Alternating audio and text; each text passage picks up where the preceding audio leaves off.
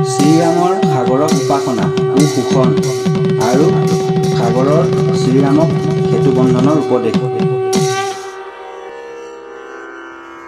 সুগ্ৰীৱে ক'লে, হে প্ৰভু ৰাম, সাগৰ পাৰ হোৱা কথা বিভীষণকে সুধি লোৱা উচিত হ'ব।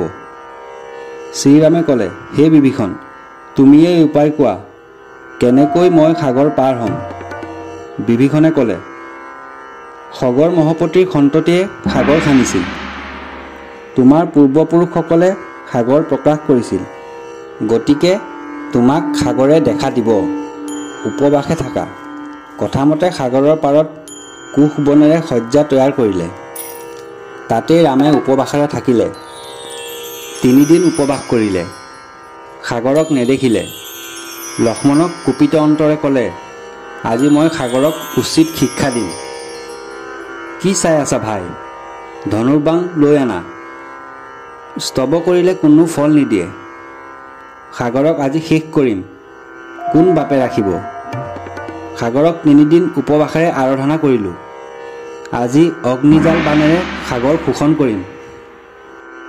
অগ্নিজাল বাণেৰে ৰামে সন্ধান পুৰিলে। তাৰ প্ৰভাৱত সাগৰ শুকাই গ'ল।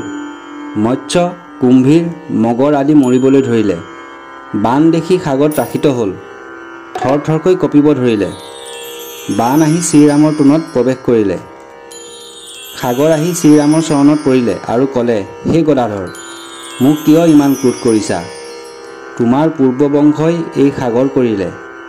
তুমি মোক নষ্ট কৰা, এয়া ঠিক বিচাৰ নহয়। তোমাৰ মই কি অপৰাধ কৰিলোঁ? শ্ৰীৰামে ক'লে, হে নিপতি সাগৰ, 3 দিন তোমাৰ কাৰণে উপবাস কৰিলোঁ।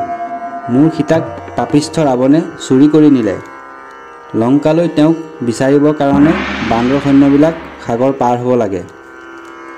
উপবাসে থাকি তোমাক দেখা নাপাই পানীত অগ্নিবাণ মাৰিলোঁ।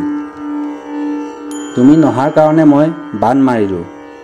তুমি এতিয়া পানীয়েদি পথ দিয়া, বানৰ পাৰ হ'ব লাগে।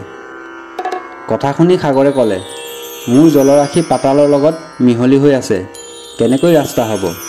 উপায় দেখা নাই। হে ৰাম, এটা উপায় তোমাক দিওঁ। বিশ্বকৰ্মাৰ পুত্ৰ যাৰ নাম নল, শিশুকালৰ পৰাই জাহ্নু মুনিয়ে পালন কৰি আছে। তেওঁৰ দণ্ডকমণ্ডলো পানীত হেৰায়, সদায় হেৰায়। সদায় মুনিয়ে স্বজন কৰে। 3 দিন ধ্যান কৰি নিজে জানিলে স্বয়ং বিষ্ণু ৰামৰূপে অৱতাৰ হ'ব। সাগৰ বান্ধি সৈন্য পাৰ কৰিব। ইয়াকে ভাবি মুনিয়ে বৰদান দিলে, নলৰ স্পৰ্শত পানীত শিল উপঙিব। সাগৰ বান্ধিবলৈ নলক সেনাপতি কৰা। নলৰ স্পৰ্শত শিলবোৰ পানীত উপঙিব।